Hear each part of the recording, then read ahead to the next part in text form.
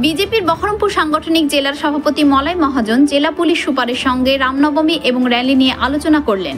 বহরমপুর জেলার বিজেপির সাংগঠনিক সভাপতি মলয় মহাজন জানান, ওনাদের বক্তব্য নতুন পুজোর কোনো পারমিশন দেবেন না। এই বিষয়ে মলয়বাবু জানালেন যে নতুন করে পুজো হয় না, এরা বারবারই পুজো করে কিন্তু পারমিশন নেয় না। এবার নতুন করে পারমিশন নিতে গিয়ে এই সমস্যার সম্মুখীন হন। বহরমপুর জেলার বিজেপির সাংগঠনিক সভাপতি মলয় মহাজন কি বললেন আসুন শুনে নিই।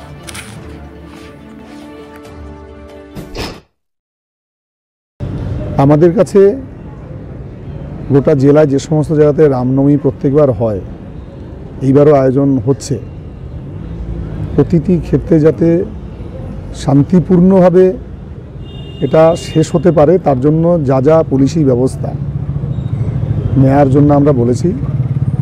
উনি বলেছেন আমরা আগে থেকেই নিয়েছি, বিশেষ করে শক্তিপুর, যেটা গত বছর যেহেতু সেখানে সমস্যা হয়েছিল, ওনারা বললেন যে আগে থেকে আমরা ওখানে ব্যবস্থা রেখেছি এবং এবার বিশেষভাবে আমরা নজর রেখেছি। আমরা মূলত যে বিষয়ে বলেছি ওনাকে, যে অনেক সংখ্যায় র্যালি পুজো হয় গোটা জেলাতে, যেটা এবারও হচ্ছে। শক্তিপুর কোথাও সমস্যা হয়েছিল বলে নজরে এসছে, কিন্তু যেখানে সমস্যা হয়নি কিন্তু অনেক পুজো হয় এরকম আমাদের জেলায়, তারা এবার বহু জায়গাতে থানাতে গিয়ে পারমিশনের জন্য গেলে থানা পারমিশন দেয়নি।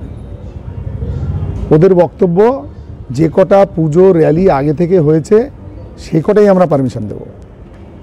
আমরা ওনাকে বলার চেষ্টা করলাম যে নতুন করে নয়, আগে থেকেই হয়, কিন্তু তারা হয়তো এই রকম করে পারমিশন নিয়ে করে না। পাড়ায় অনেক কীর্তন অনুষ্ঠান হয়, পারমিশন নেয় না কিন্তু হয়, কিন্তু তারা সচেতনতার জন্যই, সতর্কতার জন্যই, যাতে কোনো আইনি সমস্যা না হয়, সেই জন্যই তারা যখন থানাতে জানাতে যায় যে আমরা এইরকম করতে চাই, করছি।